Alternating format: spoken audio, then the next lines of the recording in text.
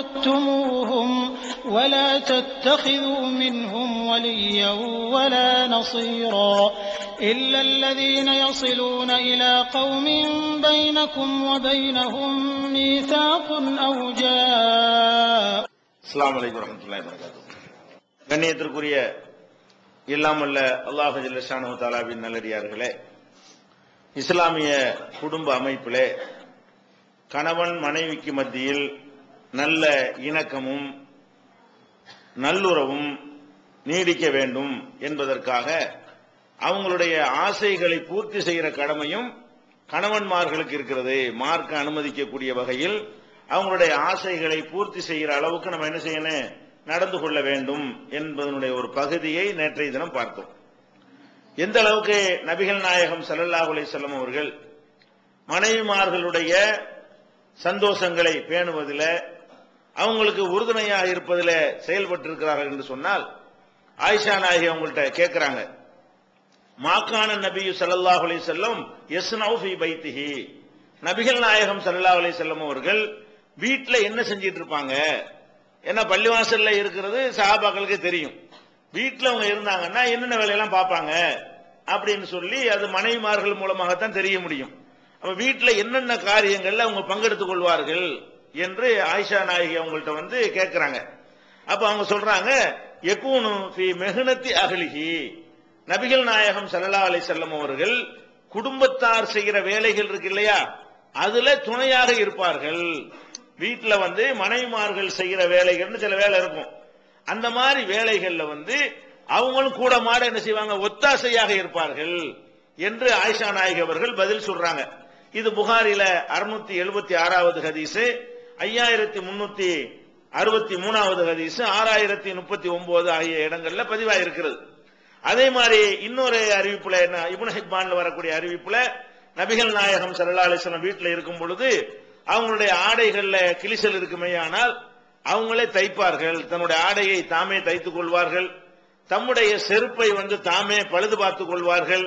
அதே மாதிரி தம்முடைய வாளின்னா இரும்பு வாளி கிடையாது அந்த காலத்துல, வாளின்னா லெதர்ல தான் வாளி இருக்கும். தண்ணிய இருக்கக்கூடிய வாளி வந்து பாடம் செய்யப்பட்ட தோல் இருக்குல்ல, அந்த தோல்ல தான் வாளியே வச்சிருப்பாங்க தண்ணி எடுக்கிறதுக்காக வேண்டி.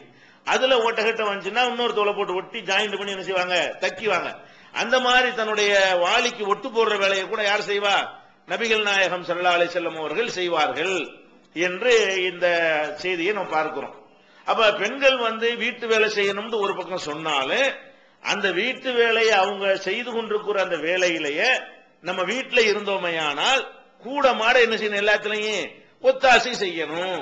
அவங்க சமையல் பண்றாங்களா, நம்ம காய்கறி நறுக்கி கொடுக்கறது இல்ல, தப்பு கிடையாது. தெரிஞ்சுன்னா மீனை கழுவி கொடுக்கறா என்ன செய்யலாம், அதெல்லாம் செய்யலாம். வீட்டை பெருக்க வேண்டியிருந்தா கூட அவங்களுக்கு முடியலன்னா நம்ம என்ன செய்யலாம், இதுல பொம்பளை வேலைன்னு நம்ம என்ன செய்யலாம், ஆம்பளை வீட்டுக்குள்ள உள்ள நம்ம வீட்டுக்கு உள்ள வேலையை நம்ம செய்வது வந்து அது என்னமோ ஒரு ஆண்மைக்கு எதிரானது, இது ஆம்பளையுடைய தன்மைக்கு கேடு விளைவிக்கக்கூடியது என்றெல்லாம் நம்ம மக்கள் தவற நினைத்துக் கொண்டிருக்கிறார்கள். ஆனா நபி ஸல்லல்லாஹு அலைஹி என்ன பண்றாங்க, அவங்களுடைய சட்டை ஏதாவது ரிப்பேரா போச்சுன்னா அவங்களே தைக்கிறாங்க. மனைவியை கூப்பிட்டு இந்த சட்டையை தச்சு கொடு என்று அவங்க கேட்கறது இல்ல. அப்ப மனைவிமார்கள் வீட்டுல செய்யற வேலைகளுக்கு உறுதுணையாகவும் இருப்பார்கள், அந்த வேலையில பக்கபலமா நின்று கொள்வார்கள், அவங்களுடைய சொந்த வேலைகள் இருக்கு இல்லையா அதையும் செய்வார்கள் என்பதையெல்லாம் பார்க்கிறோம். அப்ப இதுல இருந்து நம்ம என்ன வழங்கணும், பெண்களுக்கு சில வேலைகள் கடமையா இருந்தாலும் அவங்க கஷ்டப்படாம இருக்கிறாங்களா என்பதில் கவனம் செலுத்தணும். அவங்க கஷ்டத்தை குறைக்கிறதுக்கு நம்மளால ஏதாவது செய்ய முடியுமா என்பதையும் பார்க்கணும். ஆனா நம்ம சமூக அமைப்பில் இருக்கிற இன்னொரு குறை இந்த இடத்துல நம்ம சுட்டிக்காட்ட வேண்டி இருக்கிறது. என்ன வேலை, பெண்களுக்கு வேலை செய்யற கடமை எல்லாம் இருக்குன்னு சொல்லிட்டோமா, இதை காரணமா வைத்துக் கொண்டு பல வீடுகள்ல அந்த மாமியார் குடும்பம் இருக்குல்ல, அதுக்கெல்லாம் இது பயங்கரமான ஆதாரமா எடுத்துக்கிடுவாங்க. மாமியார் பத்தியில அவங்களுக்கு என்ன சொன்னாங்க பத்தியில, 2 மைல் தூரத்துல பேர்ச்சவங்க தூக்கிட்டு அந்த அம்மாவெல்லாம் வந்தாங்க பத்தியில, அந்த மாதிரி வேலையெல்லாம் நீ செய்யணும் அப்படின்னு சொல்லி மாமியார்மார்கள் என்ன செய்யறாங்க, மருமகள்மார்களை கொடுமைப்படுத்துவதற்கு இதெல்லாம் ஆதாரமா எடுத்துக்கொள்ளக்கூடிய ஒரு நிலை இருக்கிறது.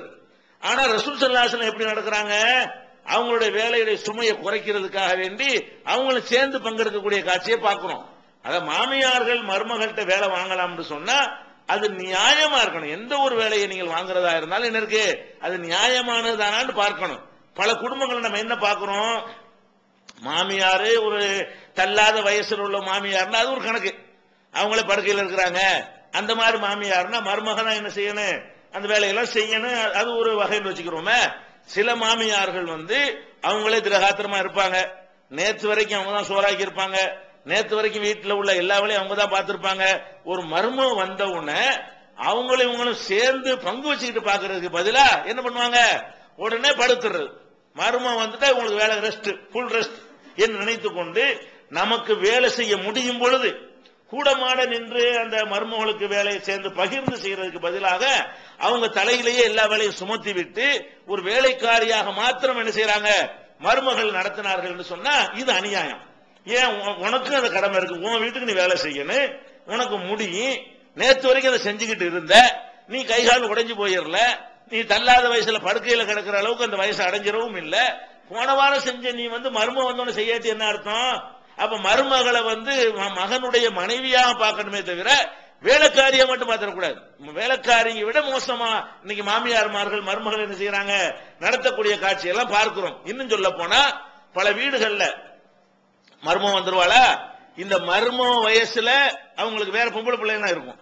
யாருக்கு, அந்த மாமியாருக்கு, இந்த பொண்ணுடைய மாமியாருக்கு வந்து இந்த மருமகளா வந்திருக்கு பாருங்களேன், அவளை போல இந்த புருஷனுடைய அக்காமார்களோ புருஷனுடைய தங்கச்சிமார்களோ இருப்பாங்க. அல்லது லீவுல கூட ஒரு புருஷன் வீட்டுல இருந்து நினைச்சிருப்பாங்க வந்திருப்பாங்க. அல்ல கல்யாணம் பண்ணாத பெண்கள் கூட வீட்டுல இருப்பாங்க. அவங்களும் எல்லா வேலையும் செய்யற அளவுக்கு திரகாத்திரமா இருக்கத்தானே செய்யறாங்க. மருமக வந்துட்டாங்கன்னா மொபைல வேலை வாங்குறதே கிடையாது. மகளுக்கு என்ன செய்ய மாட்டாங்க, மகளுக்கு எந்த வேலையும் கொடுக்க மாட்டாங்க. நீ உட்காரு, அவ பாக்கட்டும், நீ எதுக்கு பாக்குற என்று சொல்லி இதுல என்ன விளங்க மாட்டேங்கிறாங்க.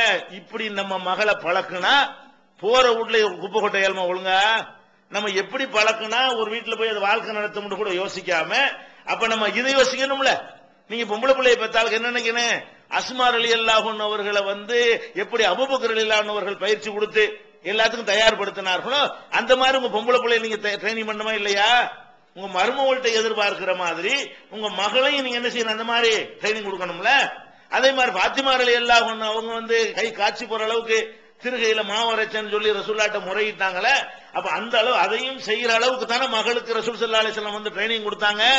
இன்றைக்கு மாமியார்மார்களுடைய நிலையெல்லாம் என்னன்னு கேட்டா, அனைத்து சுமைகளையும் கொண்டு வந்து அந்த ஒரு பொம்பளை தலையில சுமத்தி, சின்ன பொண்ணா ஒரு வாழ்க்கப்பட்டு வந்த ஒரு பெண்ணு தலையில சுமத்தி ஒரு வாரம் 2 வாரத்துக்கு சும்மா இருப்பாங்க புது பொண்ணுங்கிற ஒரு கணக்குல.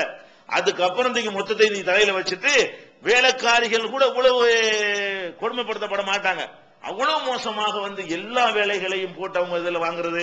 ஒரு தலைவலி காய்ச்சல் படுத்துக் கொண்டார்களே, என்ன செய்யறது, உனக்கு இதே வேலையா போச்சுங்கிறது. அவங்க டெய்லி படுத்து கிடப்பாங்க.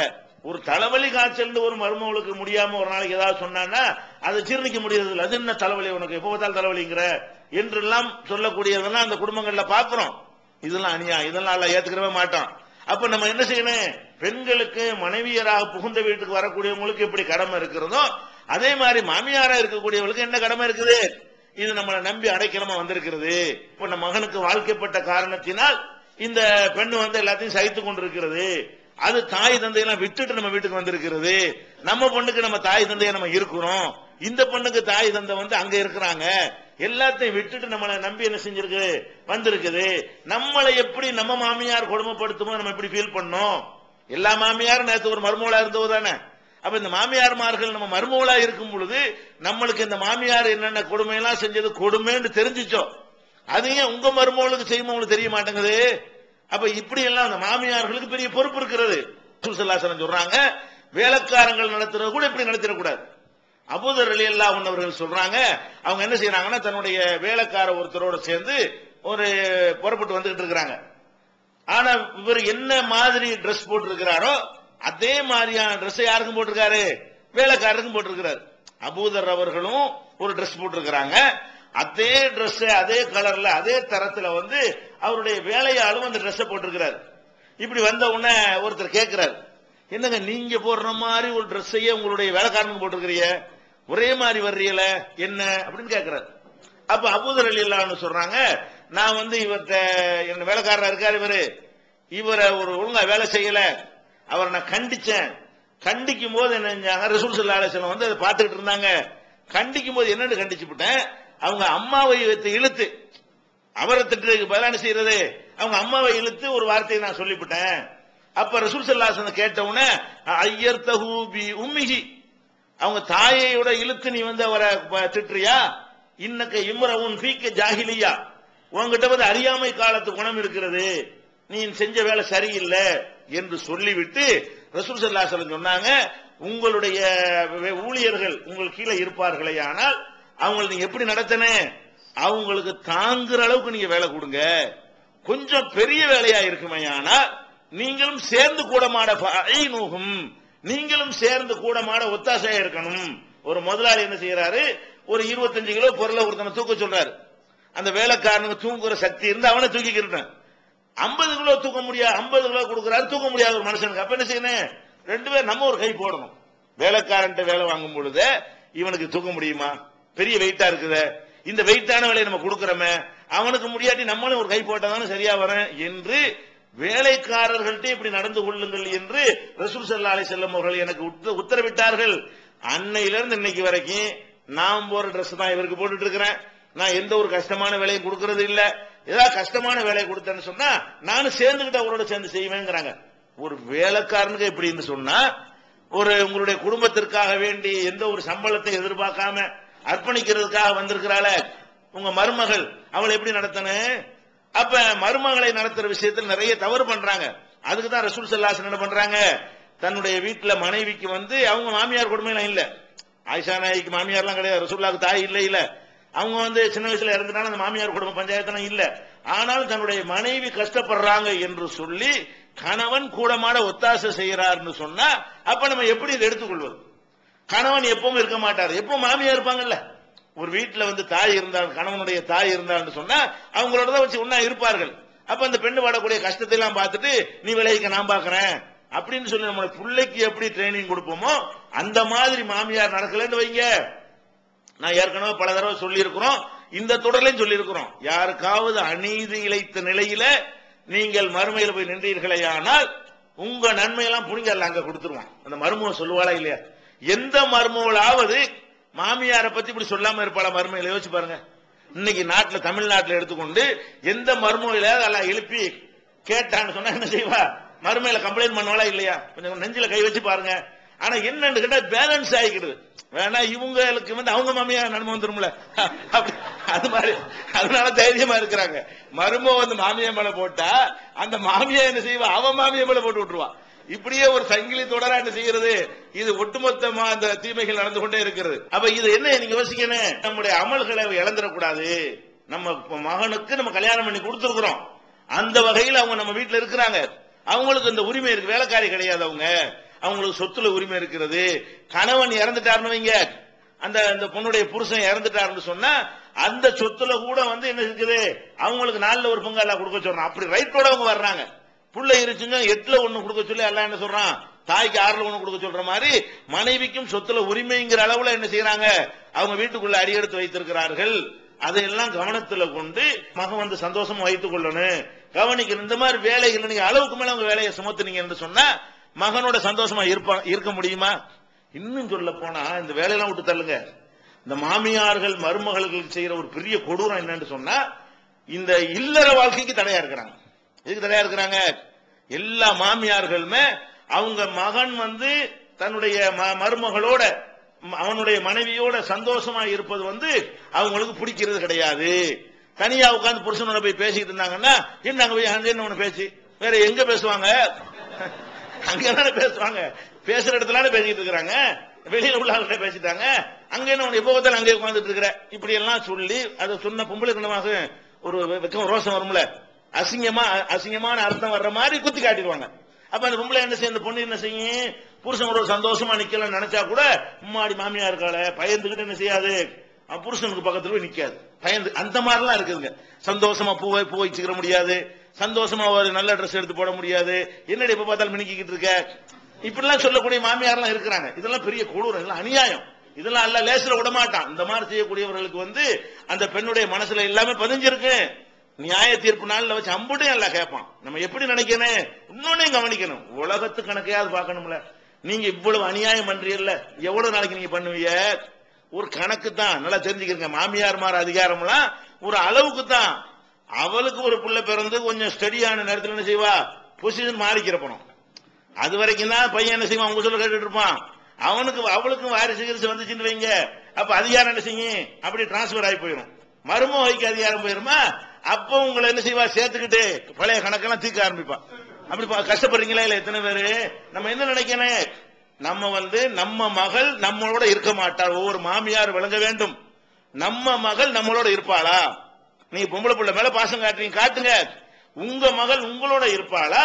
அவ புருஷன் வீட்டுல போய் அவளுடைய மாமியாருக்கு சேவை செய்வாளா? உங்களுக்கு செய்ய மாட்டாள். வயசான காலத்துல நீங்க படுக்கையில் விழுந்து விட்டால், உங்களுக்கு அடுத்தவருடைய தயவு தேவை என்கிற நிலை வந்து விட்டால், உங்க மகளுடைய புருஷன் உங்க மகளை உங்களுக்கு சேவை செய்யறதுக்கு அனுப்பி வைக்க மாட்டான். அப்ப நீங்கள் அந்த மாதிரி நிலை வரும் பொழுது யார் உங்களை கவனிக்கணும்? உங்க மருமக தான் உங்க வீட்டுல இருப்பா, உங்க புள்ள மாதிரி இருப்பா. அவ மனப்பூர்வமா உங்களை கவனிக்கிறதா இருந்தா நீங்க ஆதியிலிருந்து அந்த எண்ணத்தை ஊட்டணும்.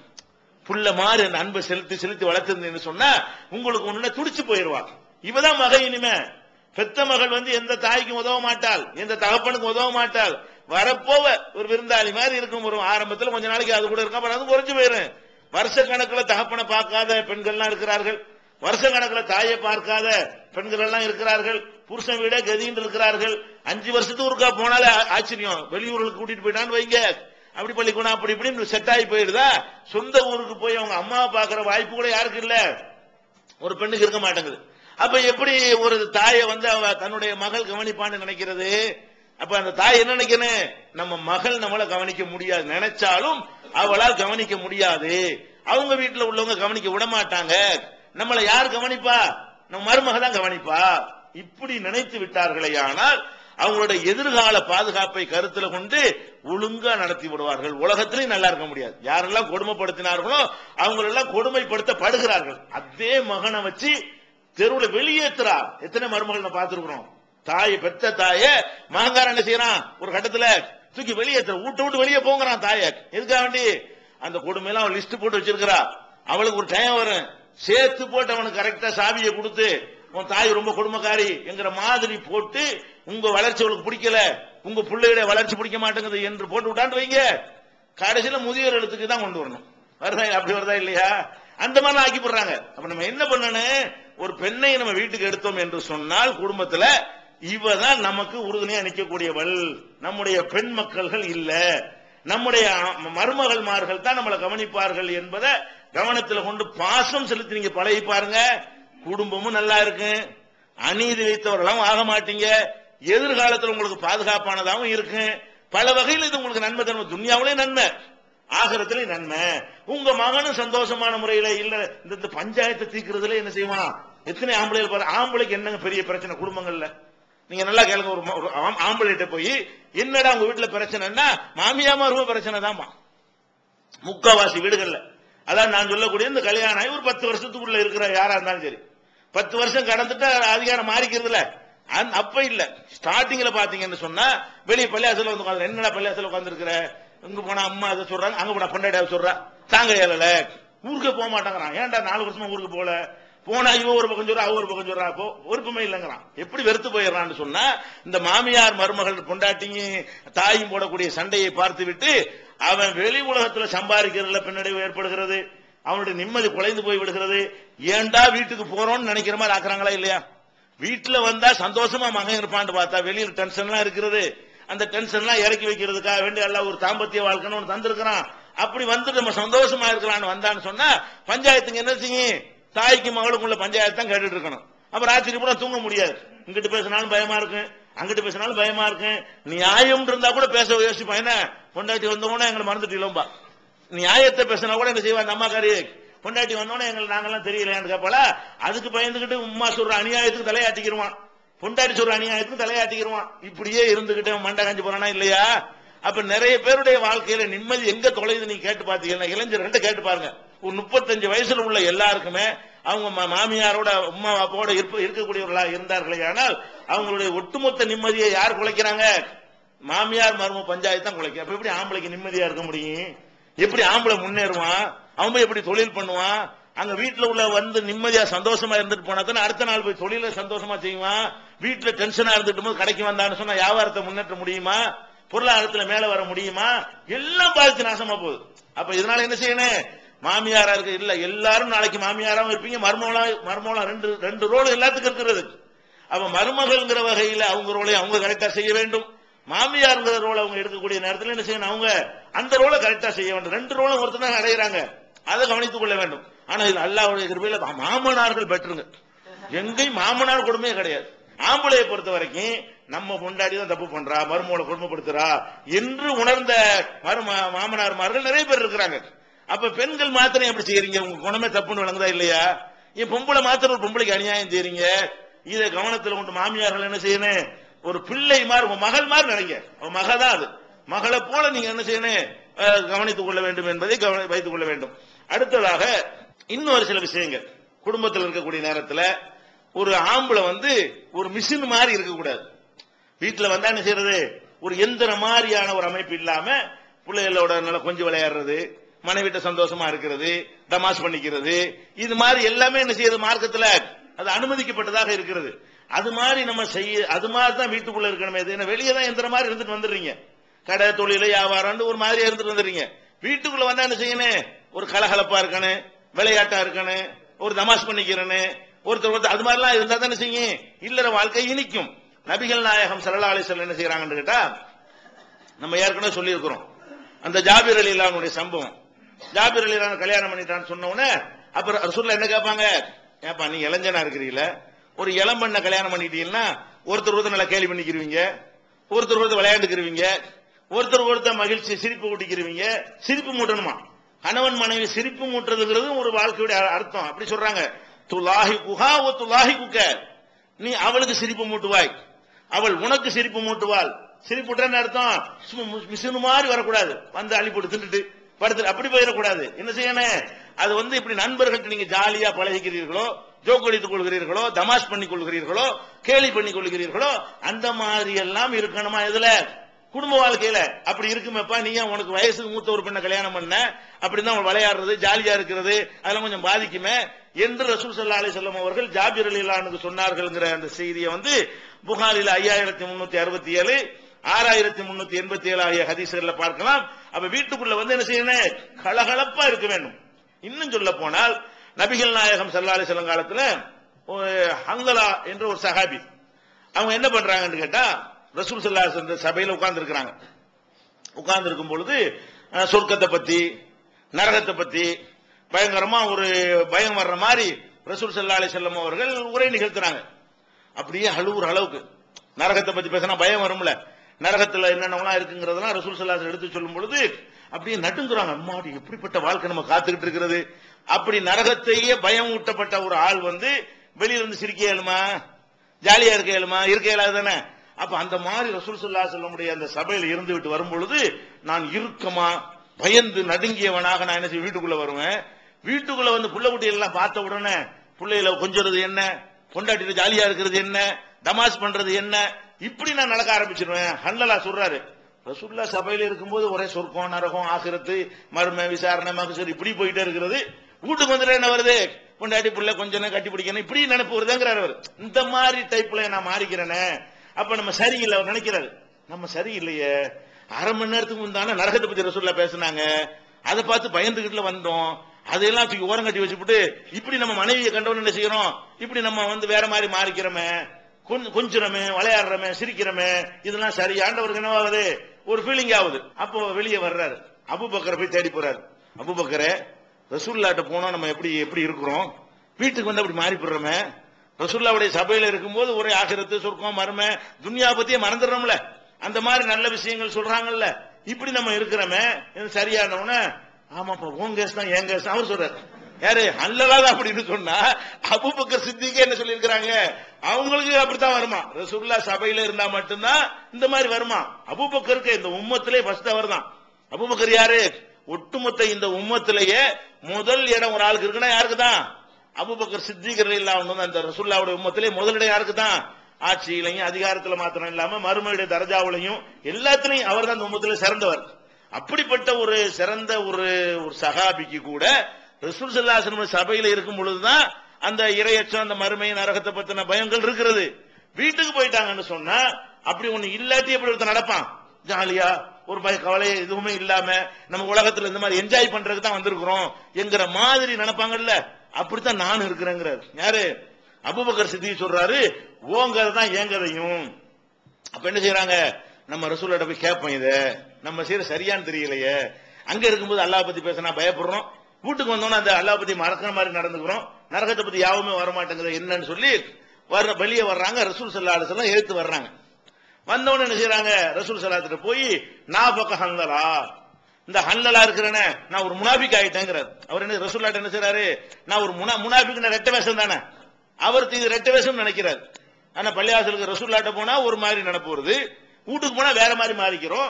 அப்ப நம்ம என்ன, நம்ம செய்யற வேலை என்னது, டபுள் கேம் விளையாடுறோம். நம்ம இங்க ஒரு கேம் விளையாடுறோம், வீட்டுல போய் ஒரு கேம் விளையாடுறோம்.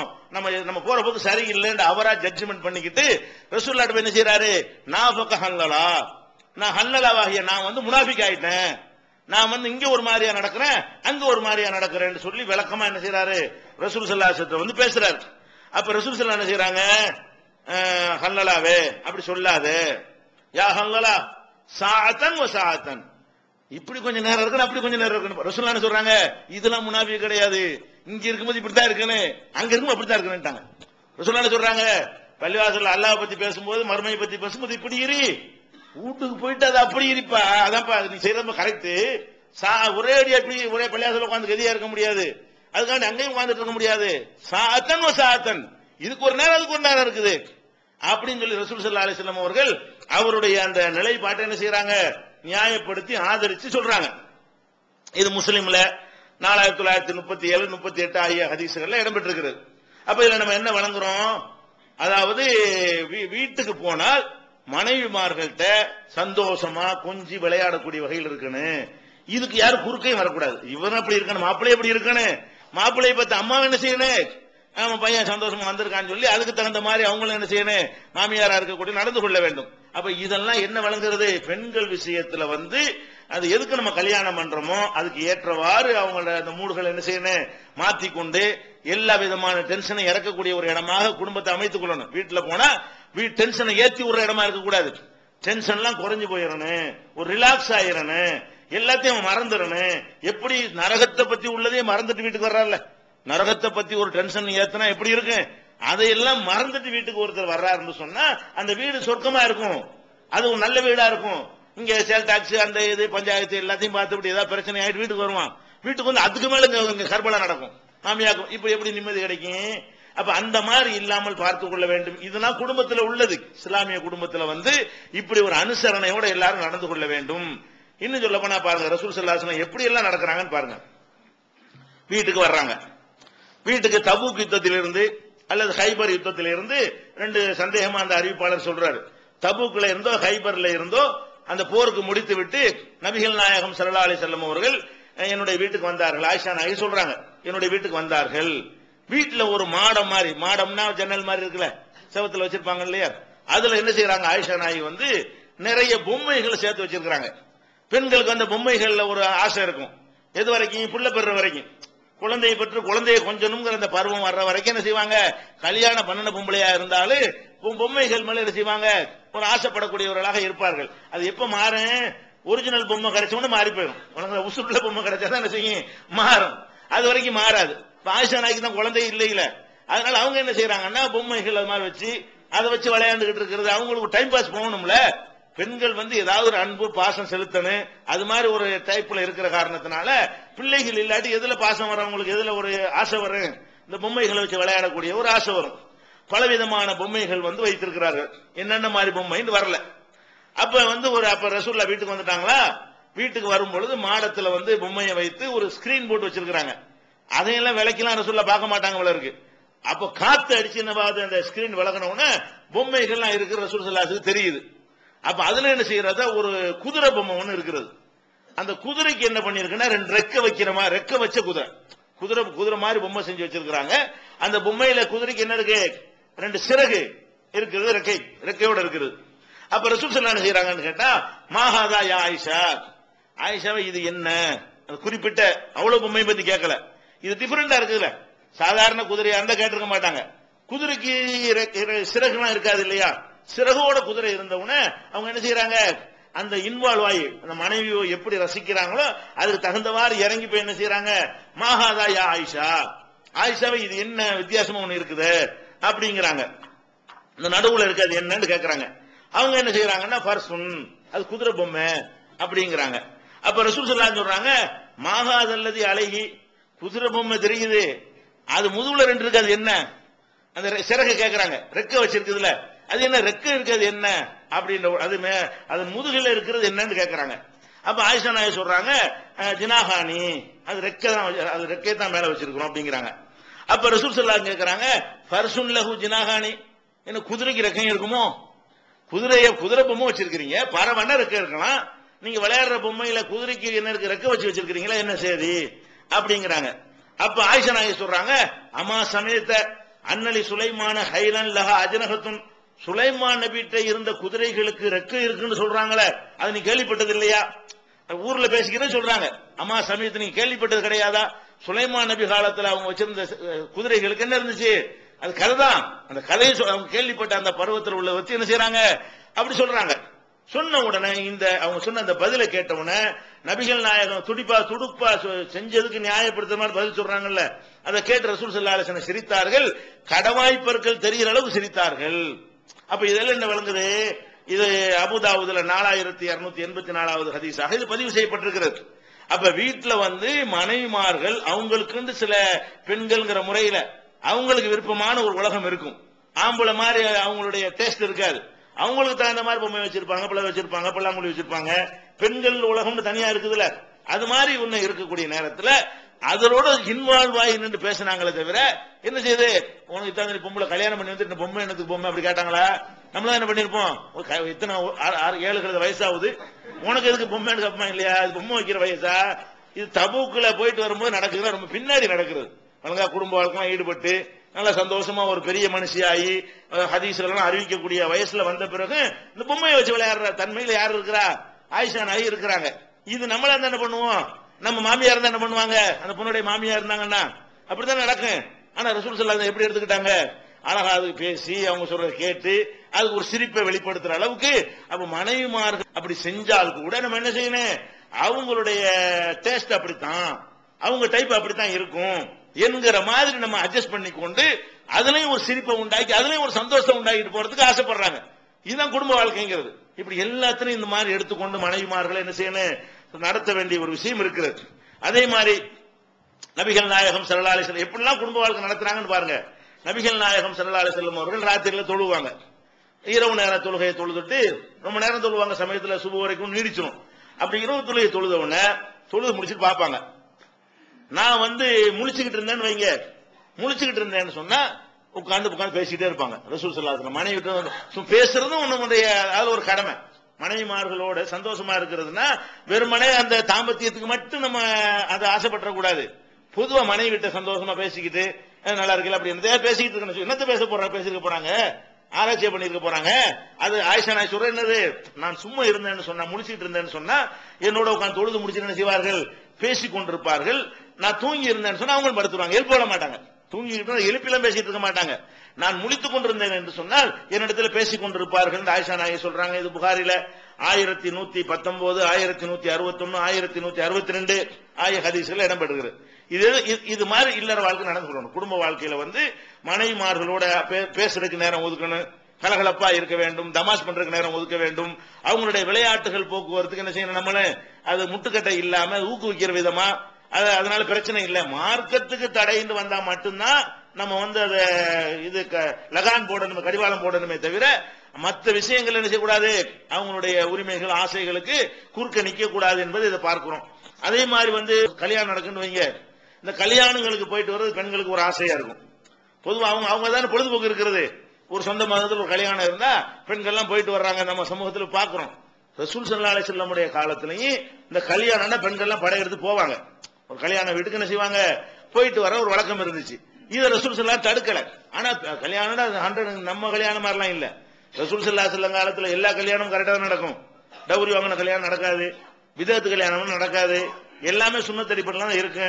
இப்ப நம்ம காலத்துல பார்த்து போக வேண்டியிருக்கு. எல்லா கல்யாணத்துக்கும் போயிட முடியாது. எந்த கல்யாணம் கரெக்டா சுன்னத்துப்படி இருக்கிறதோ, எந்த கல்யாணத்தில் கலந்து கொள்வதற்கு தகுதியானதாக இருக்கிறதோ அந்த கல்யாணத்தை தேர்ந்தெடுத்து இப்ப போகலாம். அந்த காலத்துல எல்லா கல்யாணத்துக்கும் போகலாம். முஸ்லீம் சஹாபாக்கள் எல்லாருமே என்ன செய்வாங்க, சுன்னத்துக்கு மாற்றமா செய்ய மாட்டாங்க, எல்லாமே ஒரே முறையில தான் நடக்கும். அப்ப ரசூல் ஸல்லல்லாஹு அலைஹி வஸல்லம் என்ன செய்யறாங்கன்னா, உட்கார்ந்துட்டு இருக்காங்க ஒரு இடத்துல. அப்ப எதுக்கு யார் வர்றாங்கன்னா, பெண்களும் சிறுவர்களும் ஒரு கூட்டமா வர்றாங்க. வந்தாலே அந்த வர்றதை பார்த்தோன்னே தெரியுது கல்யாணத்துக்கு போயிட்டு வர்றாங்க. ஒரு கூட்டமா கல்யாணத்துக்கு நம்மளே கண்டுபிடிச்சிடலாம், கல்யாணத்துக்கு போயிட்டு வர்றாங்கன்னு என்ன செய்யும், அதுக்குன்னு ஒரு தனி ஒரு லுக் இருக்கும். அதை வச்சு என்ன செய்யலாம், கல்யாணத்தான் போயிட்டு வர்றாங்கன்னு கண்டுபிடிச்சிடலாம். அப்ப அந்த பெண்கள் எல்லாம், பெண்களும் சிறுவர்களும் கல்யாணத்தில் இருந்து திரும்பி வந்து கொண்டிருக்கிறதை ரசூல் ஸல்லல்லாஹு அலைஹி வஸல்லம் அவர்கள் பார்த்துவிட்டு ரொம்ப சந்தோஷம், அந்த பெண்கள் எல்லாம் பார்த்துவிட்டு ரொம்ப சந்தோஷமா அவங்க கிட்ட போய் என்ன சொன்னாங்க, அல்லாஹும்ம அன்தும் மின் அஹப்பின் நாஸி இலைய, இந்த உலகத்தில் உள்ள ஆட்கள்லயே எனக்கு ரொம்ப விருப்பமானவர்கள் அன்சாரிகளாகிய நீங்கள் தான். அதை எப்பவும் சொல்லிட்டு இருப்பாங்க ரசூல் ஸல்லல்லாஹு அலைஹி வஸல்லம். இந்த அன்சாரிகள் மேல அவங்களுக்கு ரொம்ப பிரியம். சொந்த பந்தங்களை விட, மக்காவிலிருந்து ஹிஜ்ரத் பண்ணி வந்தவர்களை விட ஒரு பிரச்சனைன்னு வந்தா யார் ரொம்ப நேசிப்பாங்க? எல்லாத்தையும் வீடுல பாதி சொத்துல பாதி கொடுத்தாங்க, சாதாரண விஷயமா? வெளியூர்ல இருந்து மக்காவில இருந்து வந்த மக்களுக்காக வேண்டி இருக்கிற வீட்டுல பாதியை கொடுத்தாங்க, மரத்துல பாதியை கொடுத்தாங்க, சொத்துல பாதியை கொடுத்தாங்க, ஆடையில பாதியை கொடுத்தாங்க, இப்படி எல்லாத்திலையும் கொடுத்தாங்க. அந்த மாதிரி தியாகம் செஞ்ச ஒரு சமுதாயமா இருக்கிறதுனால இந்த அன்சாரிகளுடைய ஒரு கூட்டத்தை கண்டாங்கன்னு வைங்க, அதை திருப்பி பதிவு பண்ணுவாங்க. அந்த பெண்கள் சந்தோஷமா கல்யாணத்துக்கு போயிட்டு வரும்போது பார்க்கும் பொழுது, உங்களுக்கு என்ன கல்யாணத்துல வேலை, எதுக்கு நீங்க வந்தீங்க, யார் உங்களை அனுப்புனெல்லாம் கேட்கல. இதெல்லாம் பெண்களுக்கு ஒரு அனுமதிக்கப்பட்ட ஒரு விஷயம். இது மாதிரி நம்ம குடும்பத்தில் உள்ள பெண்கள் கல்யாணத்துக்கு போயிட்டு வர்றான்றாங்களா, அது மார்க்கத்துக்கு உகந்ததா இருந்தா என்ன செய்யணும், போயிட்டு வாங்கன்னு சொல்லணும். கல்யாண சபைக்கு போயிட்டு வர்றது தடுக்க கூடாது. இது புகாரில 5180, 3785 இந்த மாதிரி எல்லாம் இருக்கிறத பார்க்கிறோம். இது போக குடும்ப வாழ்க்கையில பாருங்க, ரசூல் ஸல்லல்லாஹு அலைஹி வஸல்லம் சந்தோஷமா 2 பேர் இருக்கணும், அதுதான் குடும்பமே. கணவன் மனைவி மகிழ்ச்சியா இருக்கணும் என்பதற்காக வேண்டி ஒரு முக்கியமான ஒரு தளர்வு சட்டத்தை நமக்கு தர்றாங்க, ஒரு சலுகையை தர்றாங்க. என்ன சலுகை? நமக்கு பொதுவாக பொய் சொல்றதுக்கு தடை இருக்குது, எல்லாருக்கும் தெரியும். பொய் அல்லாஹ் என்ன செய்யறான், லானத்துல்லாஹி அலல் காதிபீன், பொய்யர்கள் மீது அல்லாஹ்வுடைய சாபம் இருக்கிறது என்கிற அளவுக்கு பொய் நல்லதே கிடையாது. பொய்ய ரசூல் ஸல்லல்லாஹு அலைஹி வஸல்லம் செய்யறாங்க, பல சந்தர்ப்பங்களை கண்டிச்சிருக்கிறாங்க. குர்ஆன் எடுத்து பாத்தீங்கன்னா பொய்க்கு எதிராக கடுமையான ஒரு தடையெல்லாம் இருக்கிறது. ஆனா ரசூல் ஸல்லல்லாஹு அலைஹி வஸல்லம் என்ன சொல்றாங்கன்னு கேட்டா, நீங்க குடும்ப வாழ்க்கையில சந்தோஷமா இருக்கிறதுக்காக வேண்டி பொய் சொல்லிக்கிறீங்கிறாங்க. எதை விரும்புறாங்க?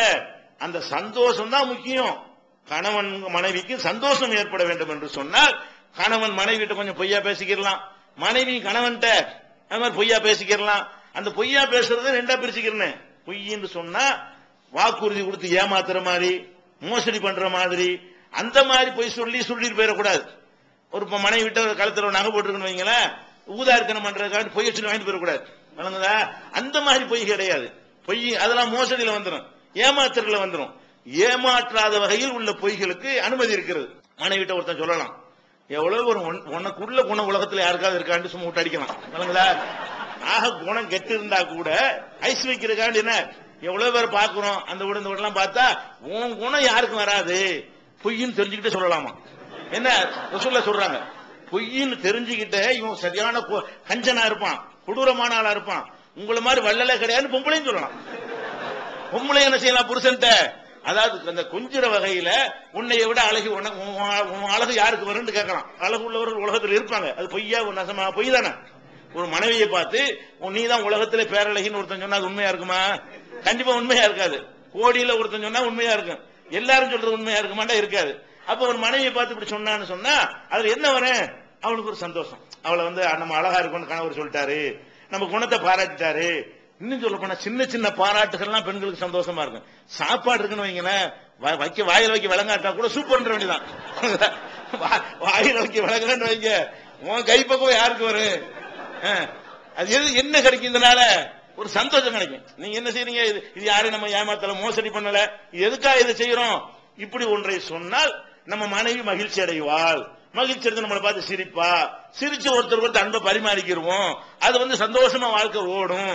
பல பஞ்சாயத்துகள் அதில் வராம தவிர்த்து கொள்ளப்படும் அப்படிங்கிறதுக்காக வேண்டி உள்ளதா இருக்கனால இது மாதிரி பொய் சொல்றாங்க ரசூல் ஸல்லல்லாஹு அலைஹி வஸல்லம். உம்மு குல்சும் அறிவிக்கிறாங்க, லம் அஸ்மாயு ரஹிசு ஃபீ ஷைஇன் மிம்மா யகூலுன் நாஸ், மக்கள் பேசக்கூடிய பேச்சுகள்ல 3 சந்தர்ப்பங்களில் தவிர நபிகள் நாயகம் ஸல்லல்லாஹு அலைஹி வஸல்லம் அவர்கள் பொய் சொல்வதை அனுமதித்து நான் கேட்டதே இல்லை. உம்மு குல்சும் சொல்றாங்க, 3 சந்தர்ப்பங்கள்ல பொய் சொல்றதை ரசூலுல்லாஹ் அனுமதிக்கிறாங்க. வேற எப்பவும் பொய் சொல்லக்கூடாதுன்னு சொன்ன ரசூல் ஸல்லல்லாஹு அலைஹி வஸல்லம் அவர்கள் 3 நேரத்துல பொய் சொல்லி நான் கேட்டிருக்கேன், பொய் சொல்ல அனுமதித்ததை நான் கேட்டிருக்கிறேன். அது என்ன 3 விஷயம்? ஒன்னு அல் ஹர்பு, போர்க்களம். போர்க்களத்துல பொய் தானே சொல்லணும், உண்மையை சொன்னா அடிபட்டு போயிருவோம். போர்க்களத்துல எதிரிக்கு நமக்கு சண்டை, நம்ம வந்து ஒரு 1000 பேர் கூட்டிட்டு போறோம், அவன் ஒரு 1000 பேர் வச்சுட்டு இருக்கான், நம்ம என்ன சொல்லணும்? 10,000 பேர்னு சொல்லணும். அப்பதான் பயப்படுவோம். சண்டை இல்லாம ஜெயிச்சு வரணும்ல. யுத்தத்துக்கு போறோம், யுத்தத்துல ஜெயிக்கிறது என்ன செய்யணும்?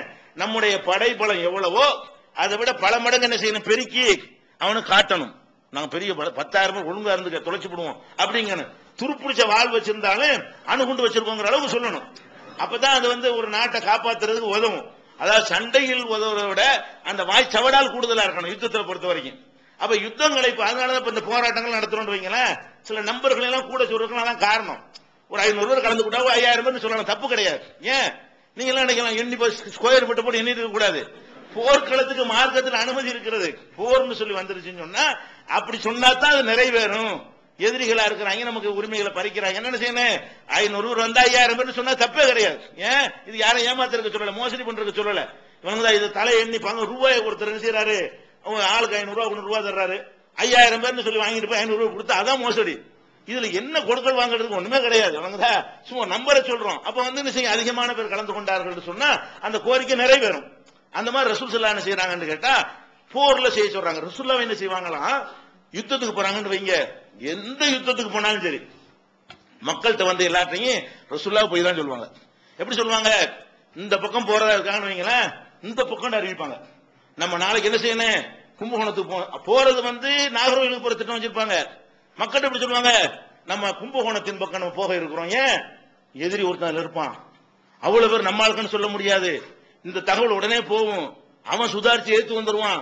அப்ப நம்ம எந்த நோக்கத்துக்காக யுத்தம் செய்ய போற நேரத்தில் இதெல்லாம் மறைச்சா தான் நம்ம ஜெயிக்க இயலும். அப்ப ரசூல் ஸல்லல்லாஹு அலைஹி வஸல்லம் அவர்கள் எந்த யுத்தத்திற்கு போனாலும் என்ன செய்வாங்கன்னு கேட்டா, உலம் யகுன் ரசூலுல்லாஹி ஸல்லல்லாஹு அலைஹி வஸல்லம் யுரீது கஸ்பத்தன் இல்லா வர்ரா பிகைரிஹா. எந்த யுத்தத்திற்கு ரசூலுல்லாஹ் போனாலும் வேற ஒரு பகுதிக்கு போவதாக மறைத்து தான் பேசுவார்கள். ஏன்னா யுத்தம்ங்கிற மக்களை காப்பாத்துறது, நம்ம எல்லாரையும் காப்பாத்துறதுக்காக வேண்டி ஒருவர் தலைமையில் இருக்கிறார்னு சொன்னா மக்கள்கிட்ட பேசல என்ன செய்யக்கூடாது, ரெடி ஆகிக்கிறீங்க எல்லாரும், நம்ம போக போறோம் அப்படிமாங்க.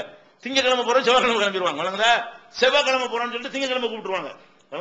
போற டேட்ல இருந்து, போற திசையில இருந்து, போற ஊர்ல இருந்து வெளிப்படையா சொல்றது ஒன்னா இருக்கும், செய்யறது வேற ஒன்னா இருக்கும். இதான் போர்ல போய் சொல்றதுல அடங்குறது. 3 விஷயம் சொன்னாங்களே, ரசூல் ஸல்லல்லாஹு அலைஹி வஸல்லம் அவர்கள் போர்ல போய் சொல்லலாம் அனுமதியும் கொடுத்திருக்கிறார்கள். போர்னா போருக்கு போறதுல இருந்து, அந்த போருடைய படை பலத்துல இருந்து எல்லாத்திலையும் நம்ம என்ன செய்யலாம், கூட குறைய சொல்லிக் கொள்ளலாம் என்ற ஒரு விஷயம். இது அந்த உம்மு குல்சும் சொல்றாங்கல்ல, 3 விஷயத்துல ரசூல் ஸல்லல்லாஹு அலைஹி வஸல்லம் அவர்கள் பொய் சொல்வதற்கு அனுமதி கொடுத்தார்கள். அதுல ஒரு விஷயம் என்னன்னு கேட்டா யுத்தம், போர்ல ஒன்னு சொல்லிக் கொள்ளலாம். 2வது என்ன, ஒல் இஸ்லாஹு, 2வது நல்லிணக்கம். நல்லிணக்கத்துக்கு எம்புட்டு வேணாலும் போய் சொல்லிக்க. 2 பேர் சண்டையா இருக்காங்க, அண்ணன் தம்பி, நீங்க என்ன செய்றீங்க, நுழைஞ்சு சமாதானப்படுத்த பாக்குறீங்க. அப்ப சமாதானப்படுத்துறா இருந்தா இவன்கிட்ட போய் கேட்பீங்க, இவன் கோவத்துல தம்பி மேல உள்ள குறையெல்லாம் சொல்லுவான், அவன்கிட்ட போய் கேட்ட அண்ணன் மேல உள்ள குறையெல்லாம் சொல்லுவான். நம்ம என்ன செய்யணும், அண்ணன் சொன்னதெல்லாம் வாங்கிட்டு அந்த குறையெல்லாம் மைனஸ் பண்ணிட்டு, நீங்க தாங்க உங்க தம்பி ரொம்ப உங்களை புகழ்ந்து சொல்றாருங்க அப்படின்னு பொய்ய சொல்லணும். குறை சொன்னான்னு சொன்னா, தம்பியை பத்தி குறை சொன்னான்னு வைங்க, நம்ம என்ன செய்யணும், வாங்கிட்டு நீங்க தான் இப்படிலாம் நினைக்கிறீங்க, உங்க தம்பியை பொறுத்தவரை உங்களை பத்தி நல்ல உயர்வாத நினைச்சுக்கிட்டு இருக்கிறாராக்க, அப்படியாக்கு இப்படியாக்குன்னு சொல்லிவிட்டு இவன்ட்டு வாங்கிட்டு போய் அண்ணன் என்ன சொல்லணும், நீ தான்ப்பா கோபமா இருக்க, உங்க அண்ணன் அப்படிலாம் இல்லப்பா, உங்க அண்ணன் தம்பி தம்பின்னு சாவுறாரு, உசுரே வச்சிருக்காரு உன் மேல விட்டு அடிக்கலாம், போய் சொல்லலாம். எதுக்கு சொல்றோம், இதுல நமக்கு என்ன லாபம், இதுல நம்ம அடைய ஒண்ணும் கிடையாது, 2 பேரும் சேருவாங்க. இப்படி அவனு அப்படியா, நம்ம தம்பி அனுபவிச்சிருக்க, நம்ம தான் தப்பா போயிட்டோமோ, அப்படி படிப்படியா என்ன ஆட்ட கலதி ஆகிற மேட்டர் நடக்கணும். திருப்பி 4 தடவை போயிட்டு வந்தா என்ன செய்யணும், ஆஹா நம்மள டேஞ்சரா தம்பியை பத்தி நினைச்சிட்டோம், அவன் என்ன செய்யணும், நம்மள அண்ணனை பத்தி தப்பா நினைச்சிட்டோம் அப்படின்னு கொண்டு. ஆனா நம்ம என்ன செய்வோம், முத்த விடுறதுக்கு போய் சொல்லுவோம். அவன் 5 சொன்னான்னு சொன்னா அதை 10 போய் சொல்லிடுவோம். உங்க அண்ணன் சொன்னது அப்படி கூட்டி சொல்லிடுவோம். அவங்க நம்ம சந்திக்காம இருந்தா கூட சீக்கிரம் சேர்ந்திருப்பாங்க, நம்ம போய் சந்திச்சோன்னு வைங்க, அது சேர்றது லேட் ஆகி போயிடும். இது அப்படி இருக்கு. ஆனா இது தப்பு செய்யக்கூடாது. நம்ம எதுக்கு போய் சொல்லலாம், இஸ்லாஹுக்காக என்ன வேண்டாலும் செய்யலாம். இஸ்லாஹ் என்பது அண்ணன் தம்பிக்கு இஸ்லாக இருக்கலாம், தாய் பிள்ளைக்கு இணக்கம், இஸ்லாஹ்னா இணக்கம் ஏற்படுத்துவதா இருக்கலாம், புருஷன் பொண்டாட்டியே சண்டையா இருப்பாங்க, நம்ம என்ன செய்யணும், இறங்கி ஆக நல்ல தம்பதிகள் அணியாவது சண்டையா இருக்கிறாங்களா சேர்த்து வைக்கணும்னு சொல்லி இந்த பக்கம் அந்த பக்கமா என்ன செய்யணும் கூப்பிட்டு ஒரு ஜமாத்துல கூப்பிடணும்னு வைங்களேன். ஜமாத்துல அப்படிலாம் பண்ணுவோம். ஜமாத்துல கூப்பிடும் பொழுது தனித்தனியா விசாரிப்போம்ல. இவங்க சொல்ல குறையெல்லாம் அப்படி வாங்கிட்டு அவரை கூப்பிட்டு என்ன செய்வோம், நீ என்ன பொண்டாட்டி அவ்வளவு பாசம் வச்சிருக்க உங்களை அவ வெட்டி போடுற மாதிரி பேசியிருப்பா, நம்ம என்ன செய்வோம் அப்படி கொஞ்சம் கூட குறைய போட்டு அங்கிட்டு கிட்டமா குறைச்சி கிரைச்சி 4 தடவை சந்திச்சோம்னா சேர்ந்துக்குவாங்க. வணங்குதா? அந்த கசப்பை குறைக்கிறதுக்காக வேண்டி அதாவது நம்ம மேல பாசம் வச்சிருக்கிறாங்க அப்படிங்கறத மட்டும் கரெக்டா பதிய வச்சுட்டோம்னு சொன்னா 2 பக்கமே அது குறைஞ்சிடும், வெறுப்பு குறைஞ்சிடும். நம்ம புருஷன் தானே வேற யாரும் போற, நம்ம பொண்டாட்டி தானே இப்படிங்கறத உண்டாக்கி நம்ம மேல புருஷன் கேட்கறதுக்கு பொண்டாட்டி கேட்கறதுக்கு 2 பக்கமும் உண்டாக்கணும்னு சொன்னா அதுக்கு எவ்வளவு நாள் போய் சொல்லுங்க.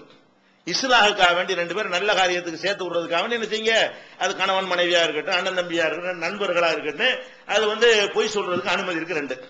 3வது என்ன, ஹதீசுர் ரஜுலி இம்ராத்தஹு வ ஹதீசுல் மர்அத்தி ஜௌஜஹா. கணவன் மனைவியிடத்துல பேசும் பொழுது போய் சொல்வது, மனைவி கணவனிடத்துல பேசும் பொழுது போய் சொல்வது 3வது விஷயம். அப்ப 3 விஷயத்திற்கு ரசூல் ஸல்லல்லாஹு அலைஹி வஸல்லம் அவர்கள் அனுமதி கொடுத்திருக்காங்க. பொய் வேற எதுக்கும் பொய்க்கு அனுமதி கொடுத்து நான் இவங்க பார்த்தது இல்ல, இந்த அம்மா சொல்றாங்க நான் பார்த்ததே இல்ல. 3 விஷயத்துக்கு எதுக்கு இதை நீங்க இதை சொல்றோம்னு கேட்டா, நம்ம சந்தோஷம் எவ்வளவு முக்கியம்னு பாருங்க. நம்ம சந்தோஷமா இருக்கிறதுக்காக வேண்டி அல்லாஹ்வுக்கு பிடிக்காத ஒரு காரியத்தை கூட செய்ய சொல்றோம். பொய் அல்லாஹ்வுக்கு பிடிக்காதுல, உண்மை அல்லாஹ்வுக்கு பிடிக்கும். பொய் அல்லாஹ்வுக்கு சாபம், அல்லாஹ்வுடைய சாபம் இறங்குற அளவுக்கு ஒரு கெட்ட ஒரு செயல். அதை நீ செஞ்சாலும் நல்லா இருப்பான். நீ பொய் வேண்டாம் சொல்லிக்க. நீங்க 2 பேரும் மகிழ்ச்சியா இருக்கணும், சந்தோஷமா இருக்கணும்னா நம்ம எவ்வளவுக்கு அனுசரிச்சு போகணும்னு யோசிங்க. கணவன் மனைவிக்கு மத்தியில எந்த அளவுக்கு அனுசரிச்சு இணக்கமா போக வேண்டும் என்பது இதை நம்ம பார்த்துக் கொள்ளலாம். இது போக இன்னொரு நோக்கத்துக்காக போய் சொல்லலாம். அந்த பொய் டாபிக் வந்ததுனால மார்க்க நன்மையை கருதி போய் சொல்லலாம்.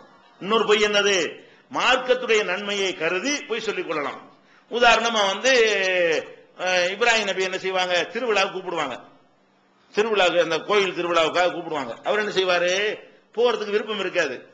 அதை சொல்லாம என்ன செய்வாரு, இன்னி சகீம், நான் நோயாளியா இருக்கேன். நோயாளி அவர் கிடையாது, அது வேணாங்கிறதுக்காக தவிர்ப்பதற்காக போய் சொல்வது. உங்களை என்ன செய்யறாங்க, ஒரு ஆள் வரதட்சணை வாங்குற கல்யாணம், ரொம்ப நெருக்கமான இடத்துல உங்களை கூப்பிடுறாங்க, போகாட்டி பிரச்சனையாகும். அல்லது நீங்க ஒரு கடையில வேலை செய்றீங்க, முதலாளி வீட்டு கல்யாணம், அது கூப்பிடுறான், கல்யாணத்துக்கு இஸ்லாத்துக்கு சம்பந்தமே இல்ல, நம்ம போகலன்னு என்ன செய்வோம், வேலை கிடைக்காது. அப்ப நம்ம என்ன செய்யலாம், முடியும்னா போலான்னு ஓப்பனா சொல்லிட்டு போயிடலாம். முடியல என்று சொன்னா வைத்த வழியா இருக்க முதலாளி வர முடியாதுன்றா முடிஞ்சு வச்சுக்காது. அது போகக்கூடாது. தீமையை தவிர்ப்பதற்காக வேண்டி அந்த விதத்துல கலந்து கொள்ளக்கூடாது, அனாச்சாரத்தில் கலந்து கொள்ளக்கூடாது ஓப்பனா சொல்லிட்டு வர்றதுக்கு உனக்கு சக்தி இருந்தால், அதனால வர்ற விளைவை தாங்கி கொள்றதுக்கு இருந்தா அப்படி சொல்லிட்டு போங்க. இல்லன்னா இப்ராஹிம் நபி முன்மாதிரியா இருக்கிறாங்க. இப்ராஹிம் நபி என்ன நல்லா இருந்துட்டு நினைச்சாங்க, நமக்கு உடம்பு சரியில்லை, அவன் கூப்பிடுறதுக்கு திருவிழாவுக்கு கூப்பிடுறான், திருவிழாவுக்கு போகக்கூடாது. அப்ப திருவிழாவுக்கு போகாம தவிர்ப்பதற்கு நினைச்சாங்க, நமக்கு உடம்பு சரியில்லைப்பான்ட்டாங்க. அப்ப அந்த உடம்பு சரிஞ்சு வேற வேலை செஞ்சாரு, எல்லாத்தையும் தானே போட்டு உடைச்சு என்ன செஞ்சது, அவர் உடைச்சு நொறுக்கிறதுக்காக பிளான் பண்ணிக்கிட்டாரு. அதுக்காக உடம்பு சரியில்லை சொல்லி தங்கிட்டாரு. இந்த சிலைகள்லாம் உடைப்பாரு இல்லையா. எதுக்கு சொல்றோம்னா, ஒரு தீனுக்காக வேண்டி, ஒரு மார்க்கத்துக்காக வேண்டி ஒரு நல்ல நோக்கத்தில் என்ன செய்து கொள்ளலாம், பொய் சொல்ல கொள்ளலாம் என்பதை நம்ம பார்த்துக்கிட்டு இருக்கிறோம். அதே மாதிரி சில என்ன நீங்க பார்க்கணும், பொய்ங்கிறது அதுல நமக்கு எந்த ஆதாயம் இருக்கக்கூடாது, யாரையும் பாதிக்க கூடாது, யாருடைய உரிமையை பறிச்சிடக்கூடாது, நன்மை ஏற்படுத்தணும். அந்த மாதிரி இருக்குமையானால் பொய்ங்கிறது எதுக்கு மார்க்க தடுக்கப்பட்டுச்சு, அடுத்தவருக்கு கேடு விளைவிக்கிறனாலும் தடுக்கப்படுது. அது நன்மை விளைவிக்குமே ஆனால் அது என்ன கிடையாது, பொய்யே கிடையாது. இப்ப யூசுப் நபி என்ன செய்யறாங்க, அவங்கள கொண்டே கணத்துல தள்ளி கொல்லுவதற்கு முயற்சி பண்ணி பிறகு அவர் ஒரு ராஜாவாயிட்டார்னு வைங்களேன். அவர் ராஜாவான பிறகு என்ன செய்யறாங்கன்னா, அவங்களுடைய சகோதரர்கள் எல்லாமே என்ன செய்யறாங்க, பஞ்சம் ஏற்பட்டு யூசுப் நபியுடைய சாம்ராஜ்யத்தில் உணவு கேட்டு வர்றாங்க. உணவு கேட்டு வரும்போது என்ன செய்யறாங்கன்னு கேட்டா, அதுல யூசுஃபுடைய சகோதரர்கள் ஒரு சகோதரர் இருவழி தாய் தந்தை வழியில உள்ள சகோதரர், மற்றவர்கள்லாம் தகப்பன் வழி சகோதரர்கள் தான், வேற தாய்க்கு பிறந்தவங்க. அப்ப அந்த தம்பியை மட்டும் பிடிச்சி வச்சுக்கிறதுக்காக வேண்டி அவர் ஒரு தந்திரம் பண்றாரு. என்ன பண்றாரு, இந்த பையனை நம்ம தம்பி இவனை மட்டும் பிடிச்சி வச்சுக்கிறணும், அதுக்கு என்ன செய்யலாம்னு சொல்லிட்டு அரசாங்கத்துக்குரிய அந்த அளவு பாத்திரம் இருக்குல்ல, அதை தூக்கி என்ன பண்றாருன்னு கேட்ட தெரியாம அவருடைய மூட்டையில வச்சிடறாங்க. யார் மூட்டையில, அவருடைய சகோதரர் மூட்டையில வச்சுவிட்டு இந்த கூட்டம் திரும்பி போகும்போது திருட்டு போயிடா நின்னுங்கடான்றாங்க. அங்க யாரும் திருடலாம் கிடையாது. யூசுப் நபி தான் இந்த பாத்திரத்தை கொண்டு எங்க வைக்கிறாரு. வச்சு என்ன செய்யறாரு, நாங்க திருடர் கிடையாது, நாங்க நல்ல மக்களாச்சுங்கிறாங்க. இல்ல, எங்க அரசருடைய அந்த பாத்திரத்தை காணோம், நீங்க யாரோ திருடி இருக்கிறீங்க. அப்ப திருடினா நாங்க அப்படி கிடையாது, திருடினவன் என்ன செய்யறது, பிடிச்சு வச்சுக்கிறோங்க அப்படி நாங்க அவங்க வாயில சொல்ல விட்டு எல்லா மூட்டையும் சோதிச்சு கடைசியா ஒரு மூட்டையில எடுக்கிறாங்க. வச்சதுனால எடுத்துறாங்க. யாரு, யூசுப் நபியுடைய தம்பியுடைய மூட்டையில இருந்து எடுத்துறாங்க. இது சூரா யூசுப் 12வது அத்தியாயத்துல சம்பவத்தை நீங்க பார்க்கலாம். இதுல என்ன விளங்குது? தன்னுடைய தம்பி போய் அங்க கஷ்டப்படக்கூடாது, நம்மளோட இருந்தா நல்ல நிலையில இருப்பாரு, இவங்க அநியாயக்கார அண்ணன் ஒரு கொலை செய்யறதுக்கு முயற்சி பண்ண ஆளுக்க இவங்களோட நம்ம தம்பி அனுப்பிடக்கூடாதுங்கிற நோக்கத்துக்காக வேண்டி அவருக்கு திருட்டு பட்டம் கட்டி அவருக்கு தன்னோட வைத்துக் கொள்கிறார்கள். இது பொய் தானே? திருட்டு கூட்டமே கேட்ட ஒரு நபி தானே செஞ்சிருக்கிறாங்க. அப்ப நம்ம என்ன விளங்குன, நல்லது ஏற்படும் என்று சொன்னால் பொய். இந்த பொய் விஷயத்தை நீங்க ஒழுங்கா தெரிஞ்சுக்கிட்டே மாமியா மருமோ பஞ்சாயத்து அடிபட்டு போயிடும். உங்களுக்கு டீல் பண்ண தெரியல. உங்க அம்மா ஒரு பக்கம் உங்களுக்கு சாவி கொடுக்க, உங்க பொண்டாட்டி ஒரு பக்கம் கொடுக்கறான்னு வைங்களேன், உம்மாட்ட என்ன செஞ்சிருந்தேன், அவளை சத்தியம் அடக்கி வச்சிருக்கான்ல அப்படி சொல்லிக்கிறேன். ஒன்னும் அடக்கலாம் தேவையில்லை. நீங்க உம்மாட்ட போய் என்ன சொல்லுன்னு பொண்டாட்டி போய் சொன்னோடனே நானும் இப்படிதான் கவனிச்சுட்டு வர்றேன், அவளை ஒரு வழி பண்ணிடுவோம், கடுமையை எச்சரிச்சிருக்கிறேன், அப்படி இப்படின்னு என்ன செய்யணும், பின்னி எடுத்துட்டாங்கல்ல அப்படின்னு போய் சொல்லிக்கிறங்க. உங்க பொண்டாட்டி அடிச்சு பரட்டுன்னு போய் சொல்லிவிட வேண்டியதுதான். பொண்டாட்டி வந்து என்ன மூத்தவன் பார்த்துட்டு இருக்கிறேன், எல்லாம் கவனிச்சுட்டு தான் இருக்கிறேன், எச்சரிக்கை பண்ணிருக்கிறேன், அப்படி பண்ணு அம்மா கணிச்சன்னு சொல்லிட்டு போ. இப்ப என்ன இருக்கிறதுனால நீ சந்தோஷமா குடும்பம் ஓட முடியும் சொன்னா அவ திருப்தி அடைஞ்ச மாதிரி நீ என்ன போய் சொல்லிட வேண்டிய அம்மாட்ட போய். பொண்டாட்டி ஒரு பையன் விட்டுரு, நம்ம புருஷன் நமக்கு தான், அம்மா காண்டி நான் சும்மா திட்டுவேன் அப்படின்னு இருக்கணும். திட்டு என்ன செய்யணும், உன் மேல உனக்கு பிரியம் இருக்கு, எங்க அம்மா காண்டி நான் என்ன செய்வேன், உன்னை திட்டுவேன் அப்படின்னு இருக்கணும். அம்மாட்ட போய் என்ன செய்யணும், வாரு கொடுக்குற டோஸ் அப்படிங்க குஷியா. இந்த டெக்னிக்க தெரிஞ்ச ஆம்பளையா இருந்தாங்கன்னு வைங்க, இந்த மாமியா மருவ பஞ்சாயத்து ஒண்ணும் கிடையாது. மாமியா மருவ பஞ்சாயத்து ரொம்ப ஈஸியா. அதெல்லாம் போய் நம்ம என்ன நினைக்கிறோம், பொய் சொல்லக்கூடாது நினைச்சு முடிஞ்சு வச்சுக்கத, ஒரு காலத்துல இந்த பிரச்சனை சால்வ் ஆகாது. அப்ப இந்த பொய்யை வந்து நீங்க என்னத்துக்கு பயன்படுத்தனே, குடும்பத்துக்குள்ள கண்டிப்பா பொய் தேவை இருக்கிறது. குடும்பத்தில் வரக்கூடிய பிரச்சனையை சால்வ் பண்ணுவதற்கு, சந்தோஷமா இருப்பதற்கு, நன்மைக்கு நன்மை செய்வதற்கு பொய் தேவை இருக்குங்கிற அடிப்படையில பொய் கூட சொல்லலாம். அப்படின்னா என்ன, இதை வழங்கிக் கொள்ள வேண்டியிருக்கிறது. இது முஸ்லீம்ல 4717வது ஹதீஸா இருக்கிறது. ரசூல் ஸல்லல்லாஹு அலைஹி வஸல்லம் பொதுவாகவும் சொன்னார்கள், லைஸல் கஸாப் அல்லது யுஸ்லிஹு பைனன் நாஸ், மக்கள் மத்தியில இணக்கத்தை ஏற்படுத்துகிற எவனும் பொய்யன் கிடையாது. மக்கள் மத்தியில இணக்கத்தை ஏற்படுத்துகிற யாரும் பொய்யன் கிடையாது என்று சொன்னார்கள். புகாரில 2696வது ஹதீஸ்ல இடம்பெற்றிருக்கிறது. இது போக பெண்களோட மனைவிமார்களோட நம்ம நடந்து கொள்ற விதம் இருக்குதுல்ல, அதுல வந்து நிறைய பேருக்கு என்ன செய்யறது இல்ல, அந்த மாதிரியான விஷயங்கள்லாம் மார்க்கத்துல தப்பு மாதிரியும் தவறான காரியமாக நினைத்துக் கொண்டிருக்கிறார்கள். அதுல எல்லாம் எப்படி இணக்கமா எப்படி நெருக்கமாக கணவன் மனைவி இருக்க வேண்டும் என்பதற்கும் ரசூல் ஸல்லல்லாஹு அலைஹி வஸல்லம் அனுமதி கொடுத்திருக்கிறார் என்பதை எல்லாம் இன்ஷா அல்லாஹ் நாளை தினம் பார்க்கலாம்.